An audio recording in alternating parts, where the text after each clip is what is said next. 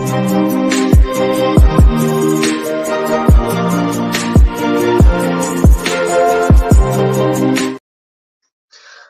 hello, hello, and welcome to another episode of TacoBytes, your daily bite of Degen, episode number 459. We are coming to you live from somewhere, nowhere in the middle of New York. No, we're not in New York. Where are we? We're somewhere. We are late tonight as we got stuck in the rain and getting something done. And so, but we are here and we are finishing up the week. Whew. Are you guys all ready for Thanksgiving? Just want to wish a happy Turkey Day to everyone that may or may not be um, celebrating it, and all the well wishes to those in yours and your families. Really, what it has been is an interesting day in the markets around finance, and what's been going on there. As we've gotten to see a lot of moves in the market, you know, right now the average marketplace is down anywhere right around 5 to 6% on average. But one of the big plays that we've seen drop today is BNB with CZ um, stepping down from uh, stepping down as CEO and everything else that sort of went on. And we're gonna just sort of leave a lot of that to the ex the legal experts and everything like that. But what we'll sort of talk about is one sort of the dog and pony show that the Department of Justice, CTCF, the CFTC, and the SEC put on, and not more often have I ever seen something that looked just like a complete shakedown. Um, from the U.S. government to an organization. Um, I don't know of any other time where the government has literally put out a message stating, if you give us $4 billion, we're going to drop criminal charges. Oh, let me rephrase that: $4.53 billion. I thought crime was a crime, and you couldn't buy yourself out of it. And so it goes to show you that literally the aspect was a shakedown for other players to get into place. Um, and they use the biggest piece of finance being um, terror funding, and had to go to that length. As I first read the one of the tweets from someone today that said the International Emergency uh, Control Act, and I'm like, all right, that just sounds like someone's taking a George Orwellian term, you know, and having fun with it, and we're all supposed to just eat that up because. And I will be honest, like I knew there was stuff from the DOJ. I know there was tweets and stuff like that, and CZ's Twitter and Binance's Twitter were sort of silent on anything like that.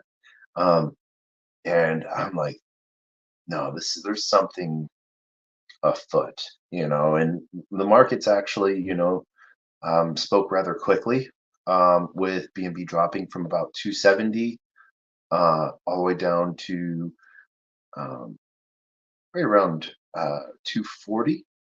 Um, Last I checked, as I close out all my positions, was around 225. Um, and so as the market dropped, I obviously, put in from 245 to 240.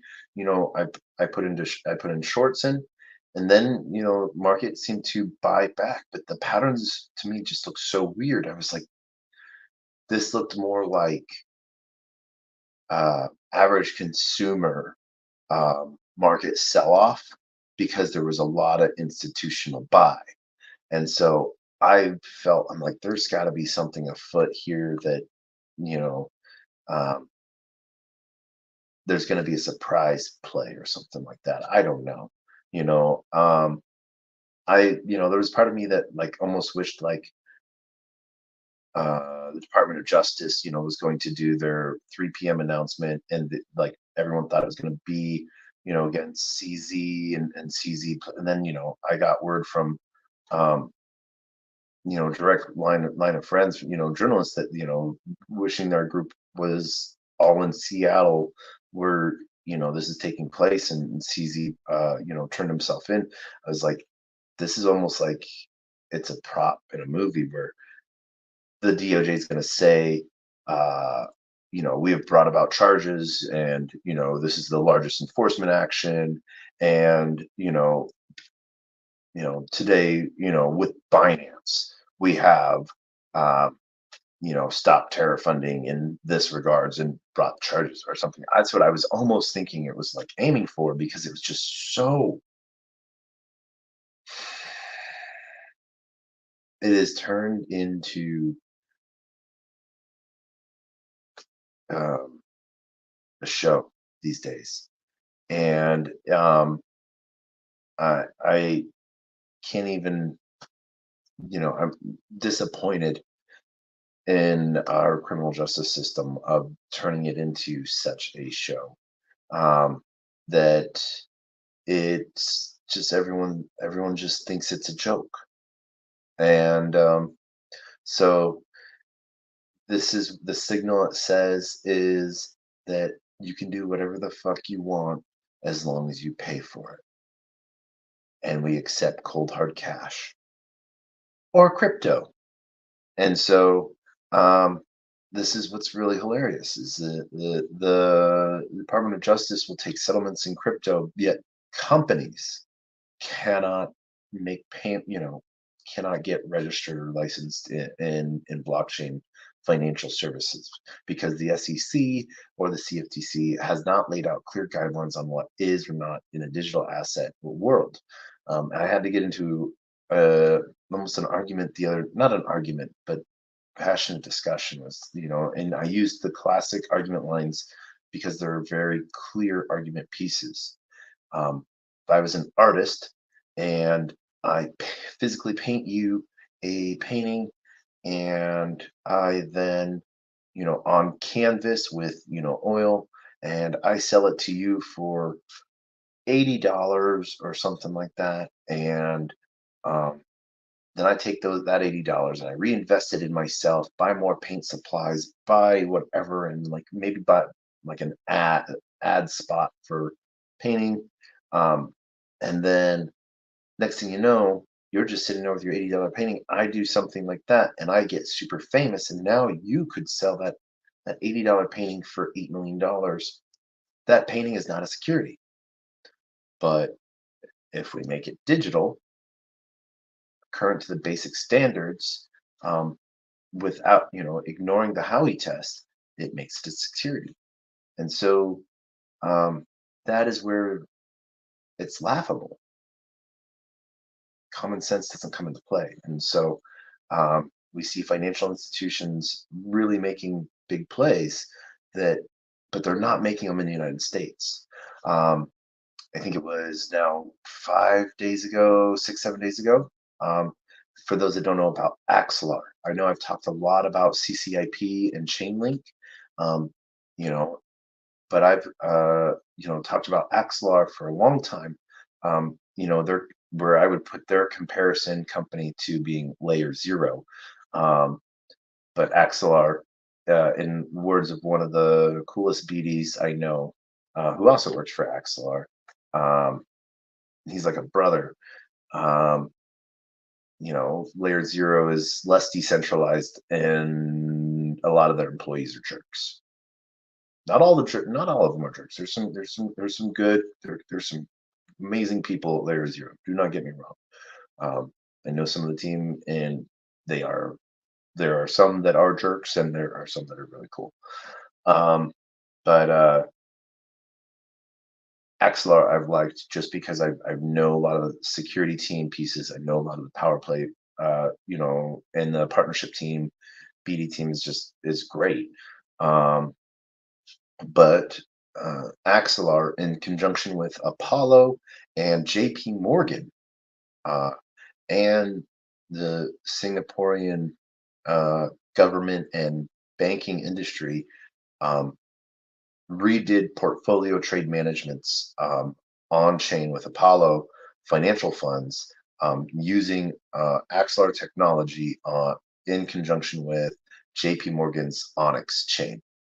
Um, and that's flew under the radar. We've seen I want to say almost 40% spike in Axelar's token price in the past week as that's slowly has, trickled out. And so I really would love for you to take a look at it. That's you want to know a small cap token that has some play. There you go.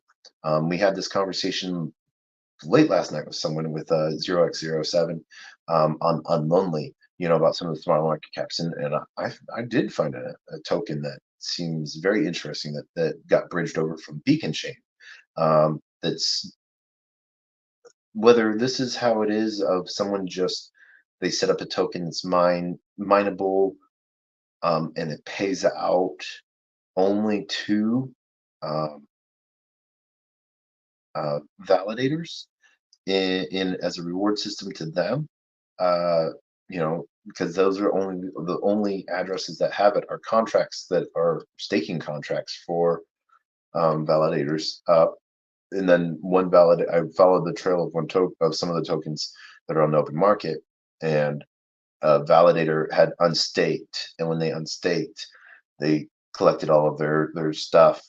Um, and they got those tokens and they went and sold those tokens. So it is market moved on that aspect, and so um, I find some interesting stuff. That's some funny, but I just see so much moving in the market and so much flying under the radar because there's this huge dog and pony show, and that sort of thing that sucks.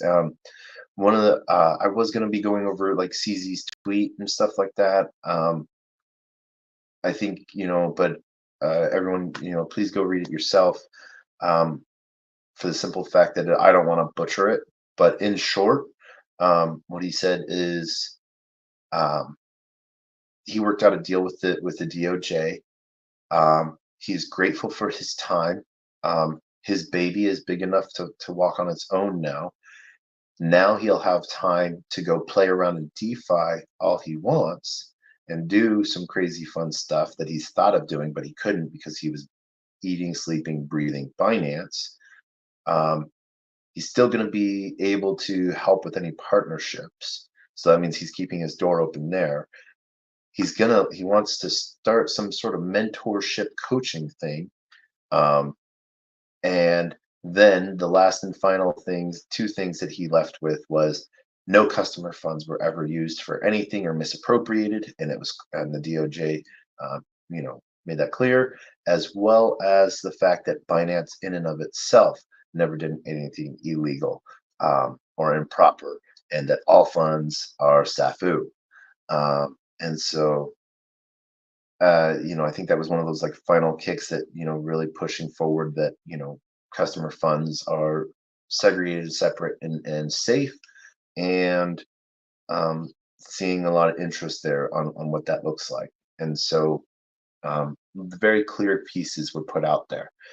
Um, but I will be 100% honest. They're moving, I think, Richard Tang, if I remember right, from um, one of the world positions to new CEO.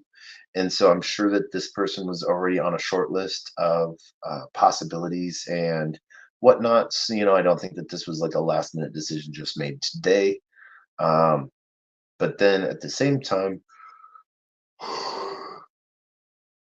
excuse me, with CZ saying that he's going to be making himself available to do coaching and his own incubator programs. I will be 100% honest. As soon as I saw that, my tweet, my reply was, I would love to be part of your coaching program and best of luck to you and Binance in the next parts of your journeys.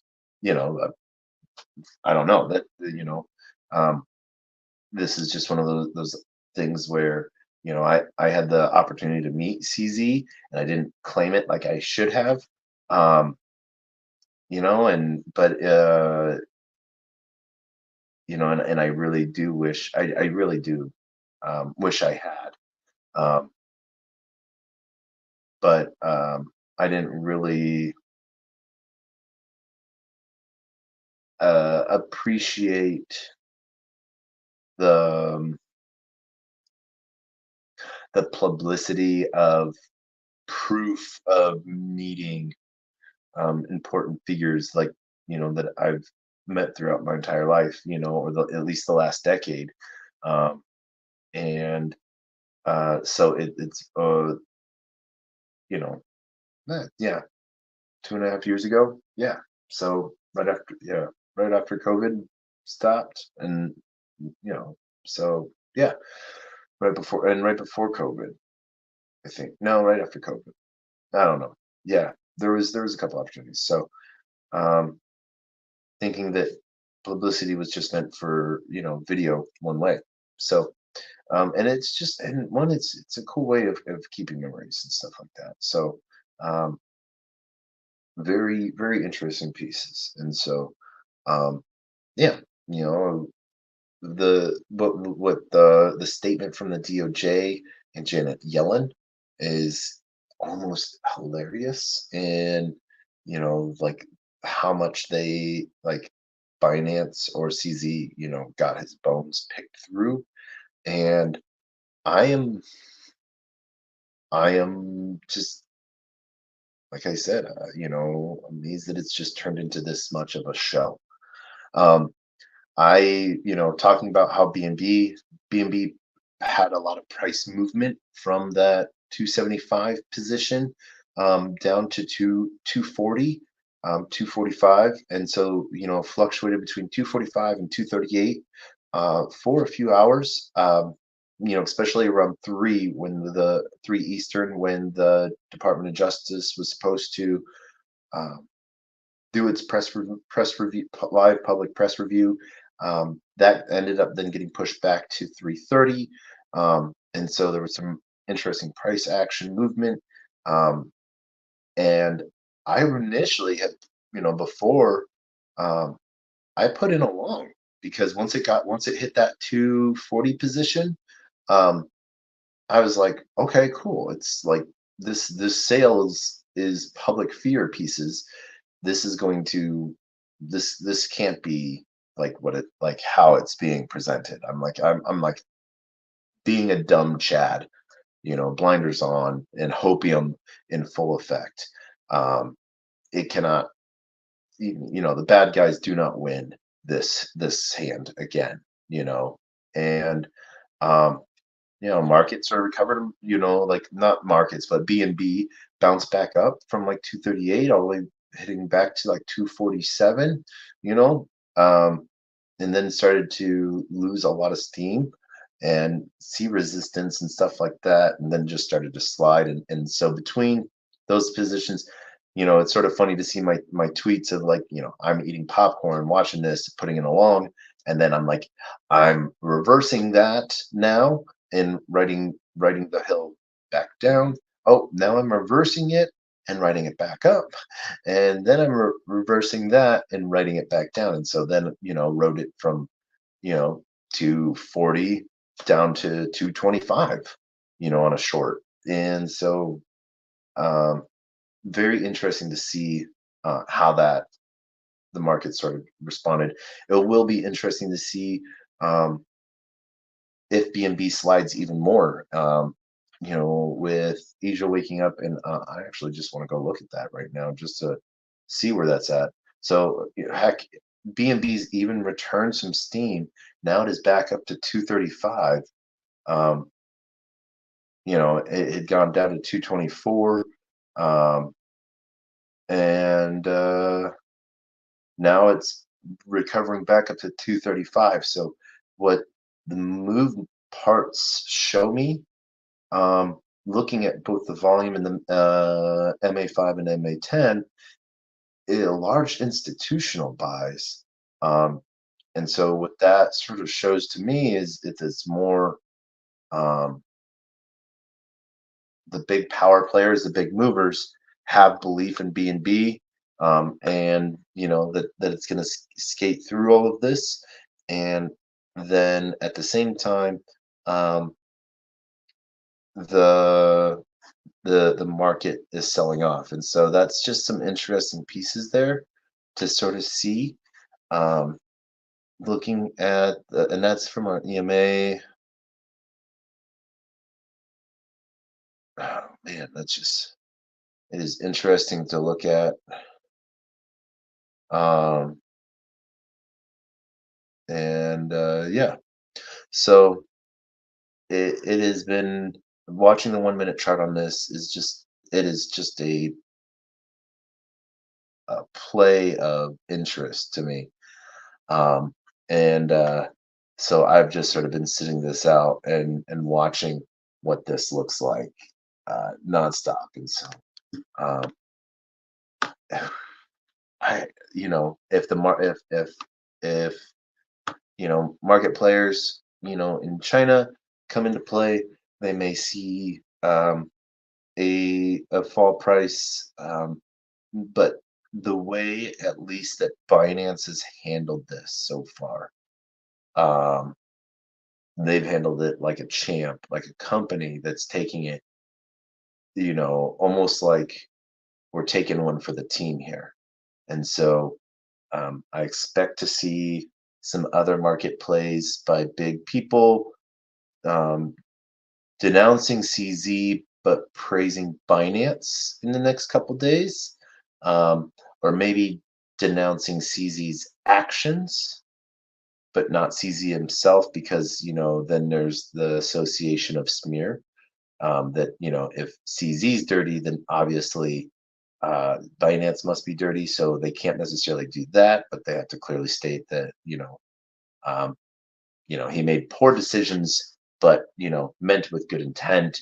And so we'll see. I think we'll see some stuff like that come out from some of the bigger um, departments. And so I'm really interested to see how this happens. And I will be honest, this will probably have my attention for 2 days, and then I'll be like, okay, cool, back to status quo. What's going to happen next in the market? And someone wants to say, I want to make sure everyone had a bad Christmas, and I'm just like, no, the market is, you would sort of think that this would be huge in the market, but we haven't really seen that.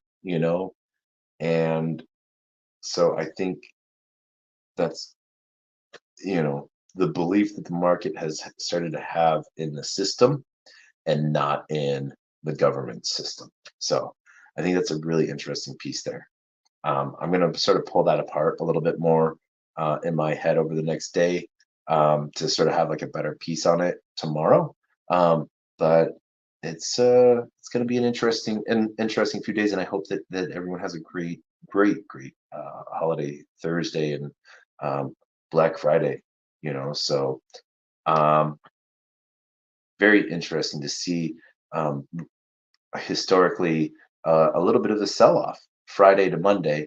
Um, and if you want to do a lot of like wallet cleanup and a lot of movements, um, Thanksgiving tends to be a day of low chain use, so low gas. Um, and so, that might be the day to do a lot of movement if you're trying to like move some wallets around or move assets around. But yeah, with that, I want to thank everyone for tuning in. Huge shout out to everyone on LinkedIn, YouTube One, YouTube Two, uh, Twitter, Twitch, Discord, Telegram, Unlonely. Huge shout out to all the Unlonely fam, and then those on Rumble, and then also joining those are joining us in the Twitter space as well. It's been a fun week, and I hope that you're ready for what's going on. So happy Taco Tuesday. And with that, words of wisdom, the best, worst knock knock joke on the face of the planet. And that is closed mouth cannot be fed, and you cannot feed a closed mouth, meaning if no one knows you're looking for opportunity, opportunity can never come a knocking. And if opportunity does come knocking and no one answers, it is going to keep on walking. And with that, we end with the greatest worst knock knock joke on the face of the planet. Once again, thank you everyone for joining us tonight. We hope you have a great rest of your night. And that is knock knock. Who's there?